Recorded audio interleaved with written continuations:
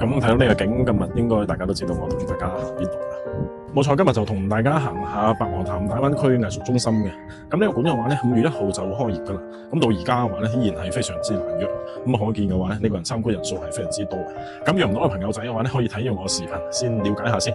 咁成個館咧係3館合一嘅，約一個館可以睇3個館。咁我哋從非遺館開始睇先啦。一入門口嘅話咧，你就可以見到一個巨型嘅骨雕，佢各個地方嘅標誌性嘅建築物嘅話咧，都刻喺上邊嘅，非常之精緻。咁再嚟嘅話咧，就係北帝大嘅時候，香港長洲島嘅一個搶包山活動，模型都咁高大啦，咁何況實景？咁有機會嘅話，要去現場睇睇啦。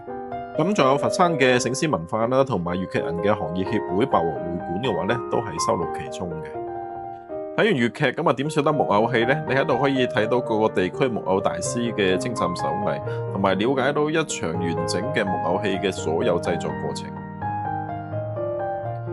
咁作為非遺館嘅話呢，啲手工藝品嘅話呢係多到數都數唔晒嘅。好似眼前呢一幅畫嘅話呢，全部都係用英石嚟拼貼而成嘅。咁仲有嘅話呢，喺陳家祠先可以睇到嘅呢啲陶塑啊、灰雕啊，喺度都可以近距離嘅話可以睇到，唔使抬高頭啊，或者用長焦先睇得清楚。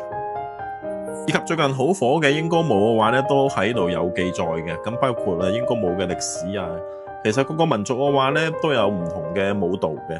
咁淨係睇佢個造型嘅話呢，就知道非常之精彩啦。感興趣嘅話呢，可以搜索一下，安排一下出行時間去現場睇，我相信係更加之精彩。咁非遺館咧就同大家行到呢度，咁啊除咗個鏡頭嘅話咧，我哋嚟到係美術館嘅。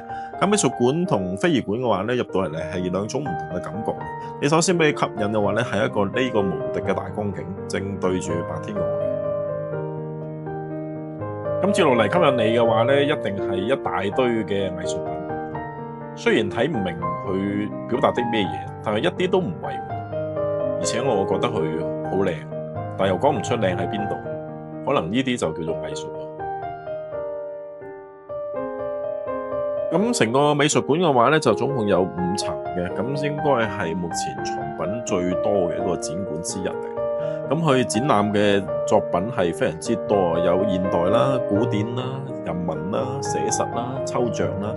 中意睇畫展嘅朋友嘅話咧，可以一次過滿足晒你所有願望。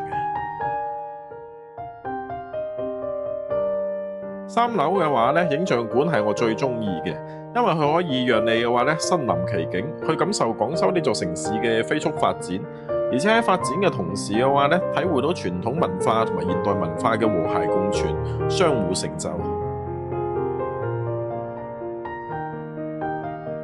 咁3個館行完嘅話咧，就要預足1日嘅時間嘅。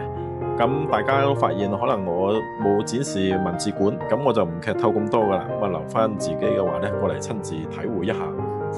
係啦，我係阿明，我哋下景點再見。